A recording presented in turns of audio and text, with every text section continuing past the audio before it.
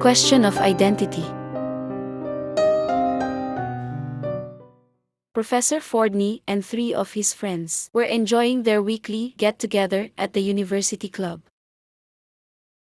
Professor, Said Battery. tell us something about that Yelper murder case you were working on. Well, gentlemen, He replied in his retiring manner. as you know, Yelper's affairs were common knowledge.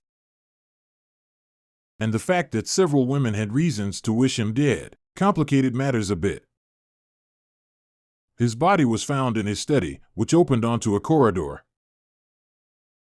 At the other end of the corridor and directly opposite it, a staircase led to the servants' quarters above. Diana Lane, a house guest of Mrs. Yelper at the time of the murder, was questioned, and she appeared nervous. She insisted, however, that she had been in her room at the time Yelper was slain. Nora, a servant, testified that, as she was descending the stairs leading from the servants' quarters at midnight, she saw Diana Lane, wearing her famous emerald pendant and dressed in an enticing black negligee, walk down the lighted corridor to Yelper's room. She said she followed a minute later and heard Diana and Yelper violently quarreling.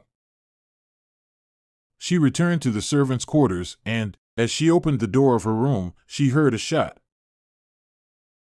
In the face of such evidence, Miss Lane admitted having gone to the study at the time, but protested her innocence, declaring she had remained only a minute. While Miss Lane was acquitted, her reputation was not above reproach. Even so, I knew without further investigation that Nora's testimony was maliciously false. How did the professor know?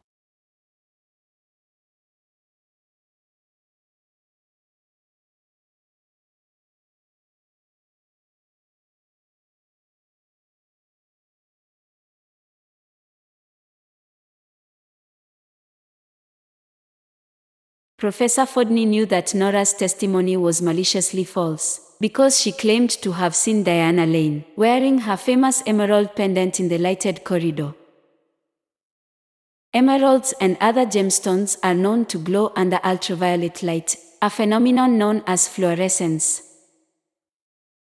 However, during the 1930s, common lighting sources wouldn't have caused the emerald pendant to glow.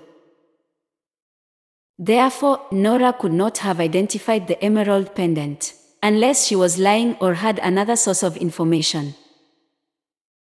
Furthermore, if Diana Lane had been dressed in a black negligee, and it was midnight implying low light conditions, it would be even harder for Nora to identify specific items of jewelry, unless she was very close or using additional lighting.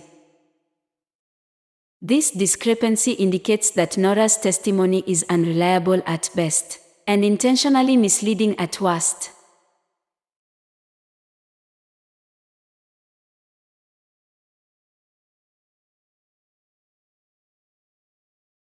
As Diana Lane was walking down the corridor with her back to Nora, it was impossible for the servant to know Diana was wearing her famous emerald pendant.